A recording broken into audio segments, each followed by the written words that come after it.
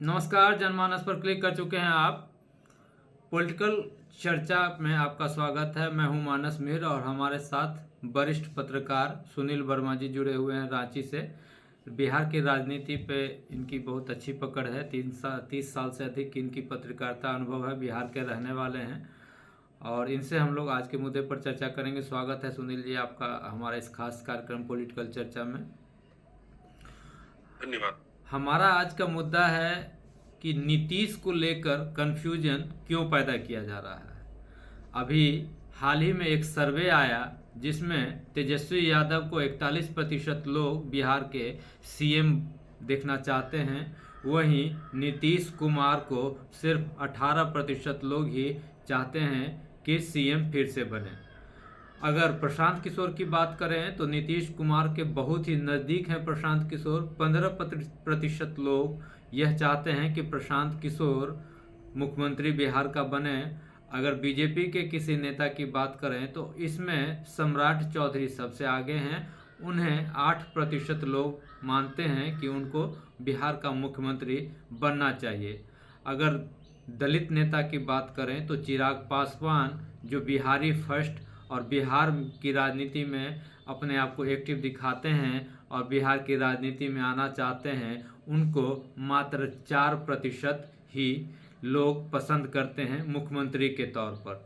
यह क्यों हो रहा है, ऐसा क्यों हुआ? इसके साथ ही बीजेपी के तरफ से बार बार सीएम फेस को लेकर कहा जाता है कि पार्लियामेंट्री बोर्ड की बैठक के बाद सीएम को लेकर फैसला होगा और कुछ ही समय बाद फिर बयान बदल लिया जाता है। तो आखिर नीतीश कुमार को लेकर बिहार की राजनीति में क्यों कन्फ्यूजन फैलाया जा रहा है, यह कन्फ्यूजन कौन फैला रहा है, इन सब चीज़ों पर आज हम लोग चर्चा करेंगे। तो हमारे साथ जो खास मेहमान हैं उनसे भी जानेंगे, हम अपनी राय भी बताएंगे, न्यूज़ और व्यूज़ सब कुछ इसमें होगा। तो हम आज के इस कार्यक्रम की शुरुआत करते हैं और जानना चाहते हैं कि आखिर मिस सुनील वर्मा से जानना चाहते हैं कि सुनील वर्मा जी ये बताइए कि आखिर क्या ऐसा हो गया कि बिहार में 41% लोग तेजस्वी यादव को मुख्यमंत्री बनना देखना चाहते हैं। देखिए, मुझे लगता है कि जो वर्तमान चुनाव होने जाएगा, ठीक है, 2025 का बिहार के लिए, उसको उसको लेकर ये पहला पॉलिटिकल सर्वे है। इससे पहले इस साल कोई सर्वे नहीं आया है। तो ये जो पहला सर्वे है, जो चीजें आ रही है उसकी विशेषता को लेकर तो मैं कुछ नहीं कहूंगा, क्योंकि कई बार चीजें जो है ना, दो तरह से देखी जाती है। एक तो अगर धरातल पर ऐसी स्थिति है, दूसरा अगर ऐसी स्थिति नहीं। अगर इस सर्वे को हम थोड़ी देर के लिए सही ही मान लें, ठीक है, मान लिया कि सर्वे सही है, और क्योंकि अभी एक चीज और कहना चाहूंगा, करीब 8 महीने का अभी समय है चुनाव में। आज पहला मार्च है, तो 8 महीने में चीजें और भी बहुत तेजी से बदलेंगी जैसे जैसे चुनाव नजदीक आएगा। तो अगर ये सर्वे को मानकर चले तो जो स्थितियां दिख रही है तेजस्वी यादव को लेकर, निश्चित है उनके लिए तो उत्साहवर्धक ही कहा जाएगा कि भाई उनके पीछे दूर दूर तक कोई नहीं है, जैसे सर्वे में दिख रहा है। इवन जो अभी वर्तमान मुख्यमंत्री है वो भी बहुत दूर है उनसे, तो उनके लिए तो उत्साहवर्धक है। रह गया नीतीश कुमार के लिए, तो कहा जा सकता है इस सर्वे के आधार पे कि वो अब कहीं ना कहीं जनता में उनको लेकर विश्वास खो रहे हैं, ऐसा तो मैं नहीं कहूंगा, लेकिन आकर्षण घट रहा है। इस सर्वे के आधार पर जो निष्कर्ष निकाला जा सकता है कि उनका आकर्षण कहीं ना कहीं घट रहा है। तीसरी चीज जो दिख रही है कि हाँ, पीके को लेकर, तो पीके एक धूमकेतु की तरह कहीं ना कहीं है। पिछला जो चुनाव हुआ 4 सीटों पे भी कुछ खास प्रदर्शन तो उनका रहा नहीं, लेकिन फिर भी अगर उनको नीतीश कुमार के आसपास दिखाया जा रहा है तो ये भी एक बहुत ही अचंभे वाली बात कही जाएगी। और इसके पीछे कारण तो यही हो सकता है कि कहीं ना कहीं लोग एक विकल्प तलाश रहे हैं मुख्यमंत्री के बाद। और तीसरी चीज जहां तक चिराग पासवान का है, या पहले इनके बारे में बात कर ले, सम्राट चौधरी 8% जैसा आपने कहा, तो इसमें यह दिखता है कि बीजेपी अभी भी कहीं ना कहीं कोई राज्य स्तर पे अपना नेतृत्व बिहार में नहीं खड़ा कर पाई है। जब से नीतीश कुमार के साथ पहली बार उन्होंने सत्ता में भागीदारी शुरू की, बिहार का सत्ता संभाला, उसके बाद से बीच में अगर इनके दौर को आप हटा दे, सुशील मोदी जी के, है ना, अब तो स्वर्गीय हो गए हो, तो उनके समय में भी कोई सेकंड लाइन खड़ा नहीं हो पाया। और अब अभी भी जो है कहीं ना कहीं अगर कहें कि हाँ, जिसके पीछे बीजेपी कह सकती कि बिहार में मुख्यमंत्री होंगे, या अघोषित रूप से भी एक होता है ना कि ठीक है भाई, अब मुख्यमंत्री का चेहरा तो नहीं देंगे, लेकिन ये लीडर है हमारा बिहार में, जो कि जिसके पीछे सभी नेता चलेंगे। तो ऐसा नेतृत्व सामने तो अभी तक बीजेपी ने प्रोजेक्ट किया भी नहीं है। और कई बार राजनीति में चीजें क्या होती है ना कि अगर कोई अपने स्तर से प्रयास करे तो फिर जो केकड़े वाली स्थिति होती है कि चार लोग उसकी टांग भी खींचने में लग जाते हैं। तो इस चलते भी जो लोग प्रतिभाशाली है, मैं ये नहीं कहता कि भाजपा में प्रतिभाशाली लोग नहीं है, और राज्य में नेतृत्व संभाल सकते हैं, लेकिन कई लोगों को मैं जानता भी हूँ व्यक्तिगत रूप से भी। तो ऐसे लोग क्या है ना, थोड़ा सहम जाते हैं कि भाई अगर थोड़ा सा भी हाईलाइट होंगे तो अपने ही चार लोग जो है वो टांग खींचने लग जाएंगे, और फिर क्या है ना कि अपनी जो स्थिति है वो थोड़ी सी अपने आप को सांसद में डालने वाले तो लोग बचना चाहते हैं। जी बिल्कुल। तीसरी चीज, उसके बाद जो आपने कहा कि चिराग पासवान सबसे नीचे 4% पे है, तो इसका मतलब है कि कहीं ना कहीं जो दलित समुदाय है जिसके वो नेता माने जाते हैं या कहा जाता है, तो उसपे भी फिर तो प्रश्न चिन्ह खड़ा हो जाएगा कि भाई आप अपने जो जन समुदाय है उसमें भी बहुतायत में लोग आपके समर्थन में नहीं, आपको मुख्यमंत्री नहीं देखना चाहते हैं। तो ये सारे निष्कर्ष इसके निकाले जा सकते हैं। और रह गई बात कि जैसा आपने कहा कि नीतीश कुमार के बाद यहाँ पर जो है भाजपा में किसी को नहीं खड़ा कर पाए, अब नीतीश कुमार के दबाव में हुआ या किस कारण से हुआ, ये कहना बड़ा कठिन है, ये क्योंकि एक राजनीति। बृहद सब्जेक्ट है, इस पर हम लोग किसी और दिन चर्चा करेंगे विस्तार से। आज हम लोग हैं कि नीतीश पर क्यों कन्फ्यूजन पैदा किया जा रहा है, चाहे वो सर्वे के माध्यम से हो या बीजेपी के नेताओं के बयान के माध्यम से हो। अगर इस सर्वे को ही अगर आप ले लें, अगर सर्वे की विश्वसनीयता पर अगर सवाल नहीं खड़ा करें, सर्वे को अगर सही माना जाए, चाहे वो प्रायोजित सर्वे हो या कुछ और, तो उसमें देखेंगे कि तेजस्वी यादव को 41% और नीतीश कुमार 18 और पीके 15। तो जो मुझे लगता है कि बिहार के नेता, चूँकि बिहार में 19-20 साल से एक ही चेहरा है, नीतीश कुमार ही है, और प्रशांत किशोर पिछले 2 साल से घर घर जाकर, गांव-गांव जाकर उन्हीं के खिलाफ माहौल बना रहे हैं कि बिहार में ये मुख्यमंत्री हैं और बिहार में ये चीज़ें होनी चाहिए थी जो नहीं हुई। प्रशांत किशोर पिछले 2 साल से तो पदयात्रा पे हैं और घर घर जाकर, गांव-गांव जाकर इन चीज़ों को बता रहे हैं, तो लोग उनकी बातों से सहमत तो हो रहे हैं, लेकिन प्रशांत किशोर के पास नहीं जा रहे हैं, क्योंकि प्रशांत किशोर के पास वो संगठन नहीं है, वो उनकी पार्टी नवजात पार्टी है। तो दूसरा ऑप्शन, विकल्प क्या है नीतीश कुमार के बाद? तो ये जमे जमाए चेहरे हैं और जांचा परखा परिवार है, राजनीतिक दल से उनका पूरा संगठन है, तो ये सारा चीज़ नीतीश से जो भी टूट कर गया वो तेजस्वी यादव के पास जा रहा है। तो कहीं ना कहीं जो तेजस्वी यादव के पक्ष में जो 41% मत आए हैं, या ये कहे लोगों का विश्वास बढ़ा है, उसके पीछे कहीं ना कहीं प्रशांत किशोर का भी हाथ है। क्योंकि प्रशांत किशोर पिछले दिनों जिस तरह से लगातार नीतीश पर हमला बर रहे हैं कि कई बार उन्होंने चैलेंज किया है कि नीतीश कुमार बिना कागज देखे ये पढ़ के ये बिना कागज देखे हमको मंत्रियों के नाम और उनके विभाग बता दें तो मैं मान जाऊंगा कि नीतीश कुमार स्वस्थ है। तो ये चीज़ें उन्हें कहीं ना कहीं लोगों तक पहुंचाने में कामयाबी प्रशांत किशोर को मिली है, जिसका फायदा तेजस्वी यादव उठा रहे हैं। इस पर आपको क्या लगता है? देखिए, एक चीज तो मुझे जो दिखता है, पिछले चुनाव में नीतीश कुमार को सबसे ज्यादा अगर हानि किसी ने पहुंचाई तो चिराग पासवान थे। 2025 के चुनाव में अगर नीतीश कुमार को कोई सबसे ज्यादा हानि पहुंचाएंगे तो पीके होंगे। जी बिल्कुल। पीके को मैं इसलिए क्योंकि पीके ने बीजेपी के साथ भी काम किया है, बाद वो नीतीश कुमार के साथ भी काम किए। नीतीश कुमार ने उन्हें अपना विशेष सलाहकार बनाया, उनको मंत्री का दर्जा दिया, मतलब कहीं ना कहीं एक बार तो उनको उत्तराधिकारी तक मतलब बनने की बात चलने लग गई थी कि जदयू को आगे ले जाएंगे। तो इसका मतलब यह है कि पीके को नीतीश कुमार के एक एक कमजोरी और उनकी जो मजबूती है, शक्ति है, उनको ज्ञान है जी। तो कहीं ना कहीं वो जो कहते हैं ना कि घर का भेदी लंका डाहे, वो स्थिति बनने वाली है। पीके नीतीश कुमार को हर मोर्चे पे पटखनी देने का पूरा प्रयास करेंगे। और उसके पीछे कारण ये है कि वो नए राजनेता बने हैं, लेकिन उनके साथ अपना जो एक रणनीतिकार की जो गुण है ना, वो उनके पास है।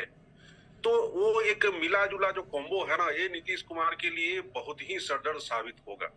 रह गई बात कि कहीं न कहीं यह भी कहा जा सकता है कि अगर ये प्रायोजित सर्वे है, अगर है, तो कहीं न कहीं ये इसके पीछे एक मैं जो देख रहा हूँ कि लोग एक खड़ा करने का प्रयास किया जा रहा है कि भाई नीतीश कुमार अब चूक गए इन द सेंस, ये नहीं कर रहा हूं कि वो किसी काम को नहीं कर पाए।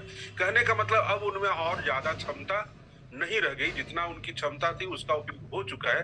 अब कहीं दूसरी जगह लोगों को देखना चाहिए।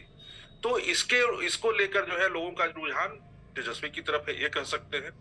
रह गई बात कि अगर ये चीजें जब खड़ी होंगी तो कहीं ना कहीं ये जो भ्रम की स्थिति पैदा होना शुरू होगी ना, तो नीतीश कुमार को लेकर जो अंतर्द्वंद चल रहे हैं या जो भी चीजें की जा रही हैं उसको और बल मिलेगा, और जो वहां पोह की स्थिति खड़ी होगी, ठीक है, उससे कहीं ना कहीं फिर जनमानस में एक बात जाएगी कि भाई अब कहीं दूसरी ओर भी देखा जाए।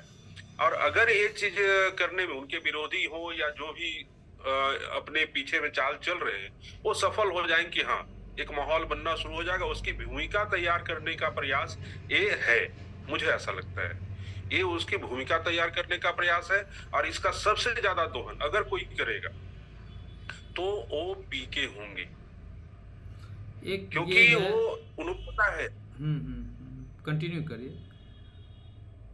हाँ, उन्हें पता है कि नीतीश कुमार की कमजोरी क्या है, कहां कहां पर वो नीतीश कुमार को डैमेज कर सकते हैं, किन क्षेत्रों में कर सकते हैं, और उनके किन लोगों को तोड़कर अपनी ओर मिला सकते हैं। ये सारी चीजें उनके पास है। नीतीश कुमार उनके पास छिपने के लिए कुछ भी नहीं है, जबकि पीके के पास नीतीश कुमार से छिपाने के लिए बहुत सारी चीजें, क्योंकि पीके ने नीतीश कुमार का काम किया है, नीतीश कुमार ने पीके का काम नहीं किया। तो पीके यहाँ पर कहीं ना कहीं देखे तो उनके साथ एक जो है प्लस पॉइंट ये है कि उनको सारी राजनीतिक जो कमजोरियां हैं, जहां जहां संगठन का हो, पार्टी का हो, या आगे और क्या हो सकता है, या किसी तीसरे पार्टी से मिलकर वो क्या डील, राजनीतिक डील कर सकते हैं, जहां पे कि जेडीयू को डैमेज हो और वो अपने आप को दूसरे के साथ मिलकर मजबूत कर सके। सारा खेल देखिएगा, मुझे लगता है अगले चुनाव में कहीं ना कहीं पीके इसमें बहुत बड़ा रोल अदा करेंगे। वो जीत पाएंगे कितने ये कहना मुश्किल है, लेकिन नीतीश कुमार को डैमेज वो बहुत ज्यादा करने जा रहे हैं। इस सर्वे का एक पहलू जहाँ तक मुझे लगता है, अगर मान लीजिए कि ये सर्वे प्रायोजित है, और चूँकि इससे पहले भी अक्सर चुनाव से पहले कई राज्यों में सर्वे आता है, जिस राज्य में सत्ताधारी दल होते हैं अक्सर उन्हीं को बढ़त दिखाया जाता है, और खासकर जहां बीजेपी की सरकार रही है वहां पर तो बीजेपी को ही सर्वे में बढ़त दिखाया जाता है। और ये इस तरह का पहला मौका हमारे ख्याल से बहुत दिनों बाद देखा है कि जहां पर बीजेपी की सरकार है और सर्वे हुआ हो और वहां पर बीजेपी की बढ़त न दिखाया गया हो। अगर मान लीजिए कि ये प्रायोजित है और बीजेपी के तरफ से ही प्रायोजित है, और इसमें नीतीश को वो नीचा दिखाकर नीतीश को ये बार्गेनिंग करने के लिए, चाहे सीटों को के मसले पर बार्गेनिंग हो या फिर सीएम कैंडिडेट को लेकर हो, कि आपकी लोकप्रियता अब घट रही है, देखिए सर्वे में भी ये चीज़ें आने लगी हैं और आपकी लोकप्रियता घट रही है, इसलिए अब आप सत्ता छोड़िए, राजनीति से संन्यास लीजिए, अपने बेटे को राजनीति में लाइए। कई लोग राजनीतिक जानकार इसे इस चीज़ से भी जोड़कर देख रहे हैं कि बीजेपी की तरफ से प्रायोजित सर्वे है, इसमें बीजेपी ने एक तीर से दो निशाना लगाने की कोशिश की है। एक तो ये कि तेजस्वी यादव को 41% लोग पसंद करते हैं, ये दिखाकर तेजस्वी यादव को मंत्र मुक्त कर दिया जाए, वो आत्मविश्वास में आके, ओवर कॉन्फिडेंट में आके फिर जो है सो वो बैठ जाएं, वो मेहनत कम करें। और दूसरा ये नीतीश कुमार को ये दिखाएं कि आपकी लोकप्रियता अब तेजस्वी से कितनी कम हो गई है, पीके के नज़दीक आ गए हैं, अब आप राजनीति छोड़िए और बीजेपी के किसी नेता को आगे बढ़ाइए। तो कई लोग, कई राजनीतिक गलियारे में इस तरह की भी चर्चा है कि बीजेपी के तरफ से ये प्रायोजित हो सकता है और इसके पीछे ये मकसद हो सकता है। इसको लेकर आप क्या कहते हैं?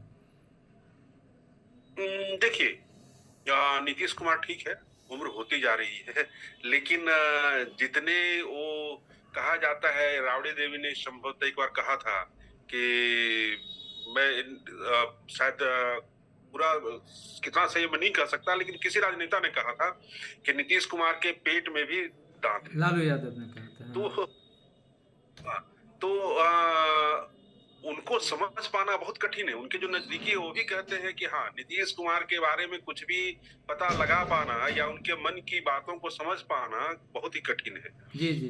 तो ये मान लेना कि नीतीश कुमार इन चीजों से बहुत ज्यादा विचलित प्रभावित। हो जाएंगे, ऐसा तो मुझे लगता ठीक है। बहुत ज्यादा प्रभावित या विचलित होने की संभावना तो मुझे नहीं लगती है।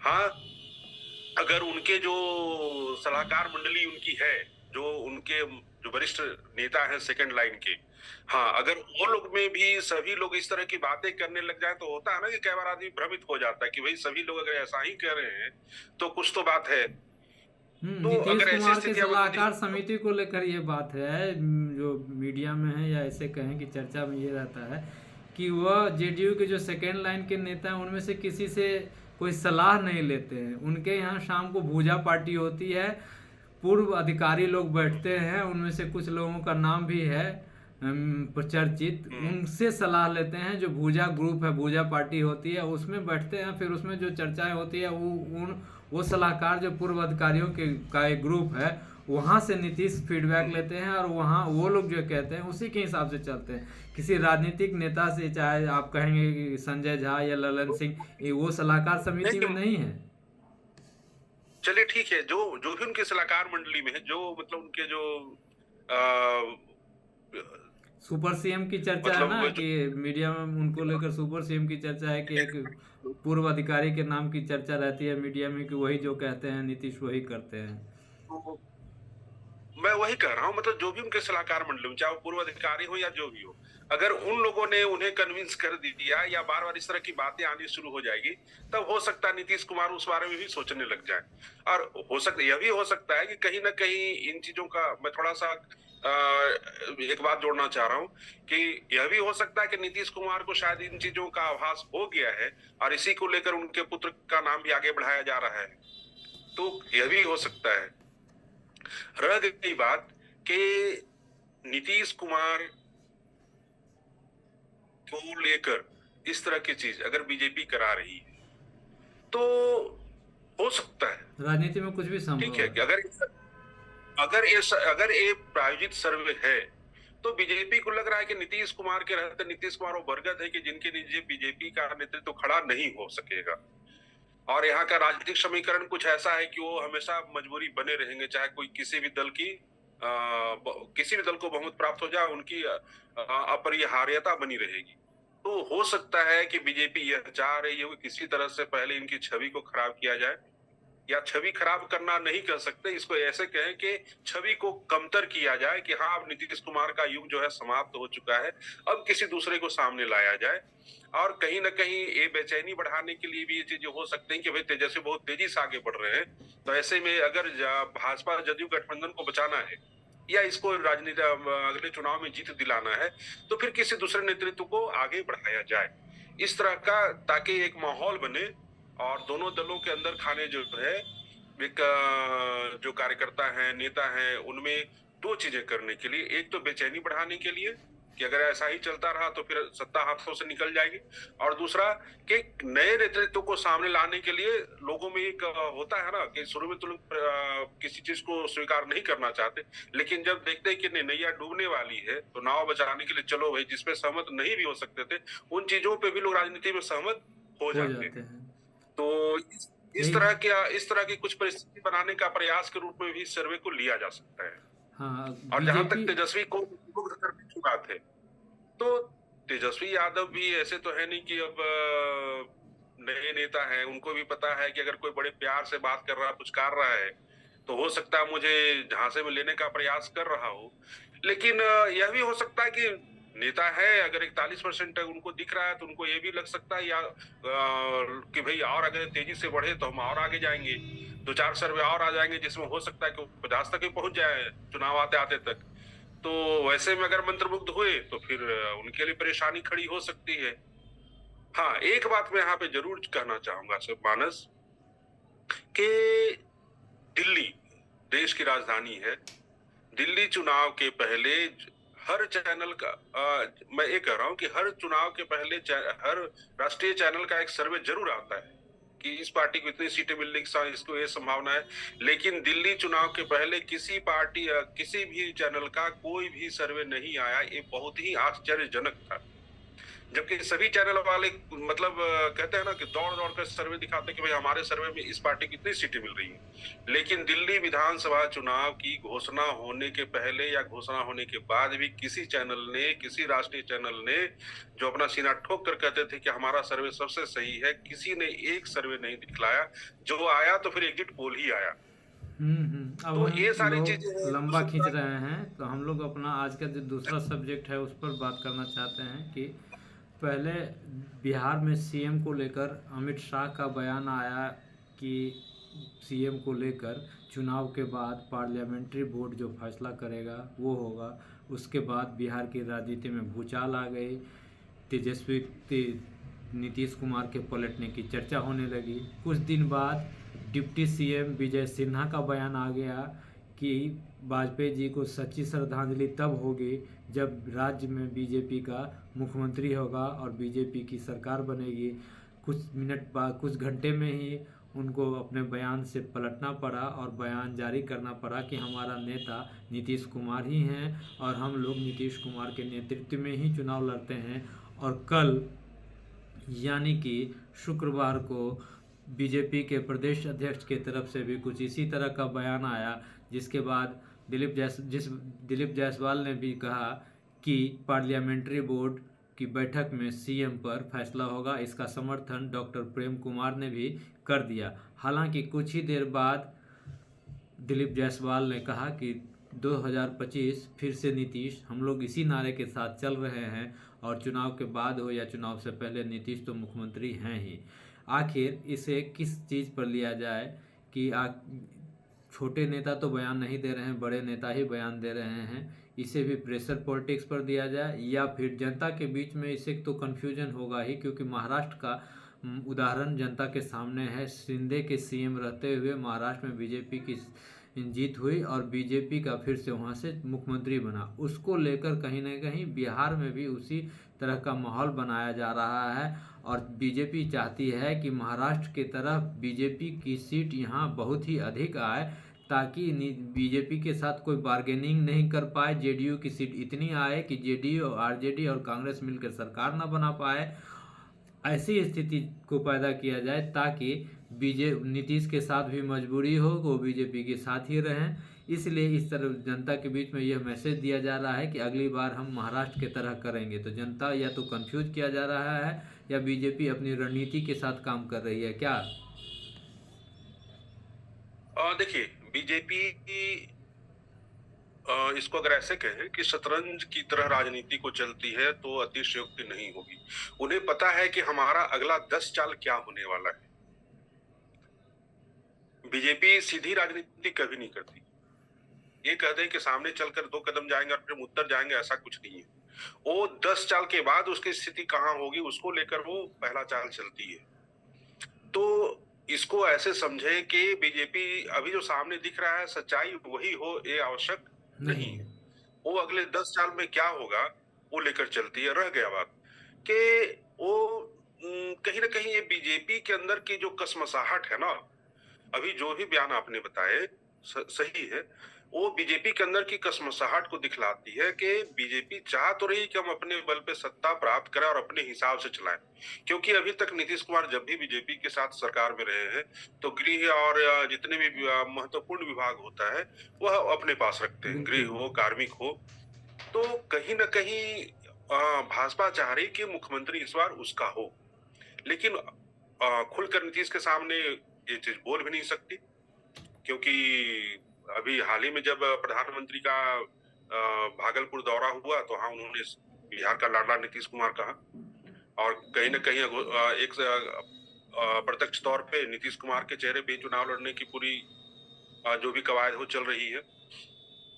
मतलब भाजपा यह तो नहीं चाहती कि नीतीश कुमार को नाराज करे, क्योंकि उनकी नाराजगी मोल लेने की स्थिति में भाजपा अभी भी नहीं है। भले ही उन्हें 70 से ज्यादा सीटें हैं, लेकिन वह नाराजगी मोल लेने की स्थिति में नहीं है, क्योंकि उसे पता है कि अगर नीतीश नाराज हुए तो पलटने में देर नहीं करेंगे। वो नाराज बाद में होंगे, पलटी बैठ मार देंगे। तो कहीं ना कहीं भाजपा चाहती है कि नीतीश तो नाराज ना हो, लेकिन सत्ता हमारे हाथ में आए, नियंत्रण हमारे हाथ में हो, और जब कंट्रोल हमारे हाथ में होगा तो हम बिहार को अपने ढंग से चलाएंगे। और फिर उसके बाद नीतीश की पार्टी को धीरे धीरे जो भी होगा वो विलय विलय करना तो नहीं कहूंगा, मतलब वो फिर सपोर्टिव रोल में आ जाएंगे। अभी तक जो बड़े भाई के रोल में बीजेपी आएगी है, और छोटे भाई के रोल में जेडीयू को लाना है। बस रोल में आ जाएंगे, और उनको जो भी मान सम्मान है, कहीं का राज्यपाल बना के नीतीश कुमार को भेज दिया जाए, या केंद्र में उनकी भूमिका अगर हो सकती है वो होगा, और उनके बेटे को कहीं ना कहीं एडजस्ट करने का प्रयास होगा। तो बीजेपी के नेताओं का जो बयान है वो कहीं ना कहीं पार्टी के अंदर ऊपर लेवल में भी अब आते हैं, क्योंकि पार्टी का बीजेपी में एक बात मैं फिर कहना चाह रहा हूं कि अगर नीचे में कोई नेता कुछ कहता है जो गंभीर किस्म के है, ठीक है, तो उनका मतलब है कि ऊपर पार्टी में बातें चल रही हैं। इस तरह का वहां पे जब भी उनकी जो मीटिंग होती है राज्य स्तर पे, राष्ट्रीय स्तर पे, वहां ये सारी चीजें हैं, बात चल रही है, लेकिन खुलकर बात इसलिए नहीं आ पा रही क्योंकि आमने सामने की लड़ाई लड़ने में भाजपा आरजेडी के साथ अकेले सक्षम नहीं है। वह चाहती है कि नीतीश कुमार को तो मिलाकर चले, लेकिन अपना एक सक्षम नेतृत्व खड़ा करे ताकि कल को हम अपने स्तर पे बिहार में नियंत्रण कर सके। और यही कारण है कि नेताओं का इस तरह का बात आता रहता है, अन्यथा ऐसी चीजें नहीं आती। बीजेपी में है कि नीतीश के समय खत्म हो चुका, अब किसी तरह से यहाँ के सत्ता पे नियंत्रण किया जाए।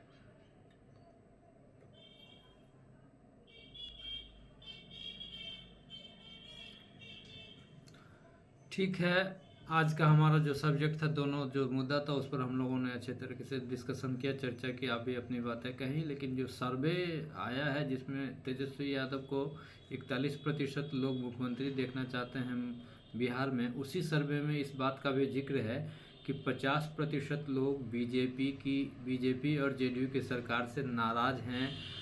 इसमें 22% लोग नाराज हैं सरकार के काम से, लेकिन उस सरकार को वापस फिर से आने देना चाहते हैं कि नीतीश की ही सरकार बने।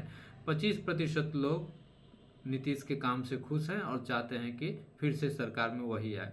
ये सब सर्वे है, अब चुनाव का समय आया है, आए दिन सर्वे आते रहेंगे और हम लोग उस सर्वे पर भी चर्चा करेंगे। कहना चाह रहा हूँ, अगर आपने कहा तो 50% लोग अगर असंतुष्ट है नीतीश के काम से, तो इसका मतलब यह भी है कि बाकी 50% लोग कहीं ना कहीं संतुष्ट हो सकते हैं। हाँ, और उसमें 25 और 22 मान के चले 47% लोग तो हैं ही जो सरकार फिर से रिपीट करना चाहते हैं, जिसमें 22% लोग चाहते हैं कि काम तो अच्छा नहीं हुआ लेकिन सरकार नीतीश का ही आए, और 25% लोग मानते हैं कि काम भी अच्छा हुआ है, नीतीश ही वापस आए। तो 50% नहीं चाहते हैं कि सरकार में आए, और 47% लोग चाहते हैं कि नीतीश ही फिर से सरकार में आए। अब मैं ये कह रहा हूँ कि अगर 47% वोट भी मिल जाता है, 47 जाने दिया, 45% भी अगर वोट मिल जाता है नीतीश कुमार को, तो फिर जीतेगा कौन? हाँ नहीं, उधर 50% है। इस पर हम लोग इस सर्वे आते रहेंगे और सर्वे पर हम लोग चर्चा करते रहेंगे। हम लोगों का ये डिस्कशन काफ़ी लंबा हो गया और बोरिंग ना हो, लोगों को पसंद आए, इसका ख्याल रखते हुए हम लोग इस चर्चा को यहीं विराम देते हैं। अगर आप अभी तक जनमानस को सब्सक्राइब नहीं किए हैं तो सब्सक्राइब कर लें, लाइक शेयर और कमेंट करना भी ना भूलें। उम्मीद करते हैं कि इस डिस्कशन में आपको मन में जो भी सवाल आ रहे होंगे उसका जवाब मिल गया होगा। सुनील वर्मा ने सारी चीज़ों को बहुत परत दर परत खोल के कहा है कि क्या कुछ राजनीति में चल रहा है। सुनील वर्मा, आप हमारे साथ जुड़े और अपनी राय रखें, इसके लिए आपका बहुत बहुत स्वागत है, बहुत बहुत धन्यवाद है। नमस्कार। इस कार्यक्रम को विराम करते हैं यहीं पर। नमस्कार।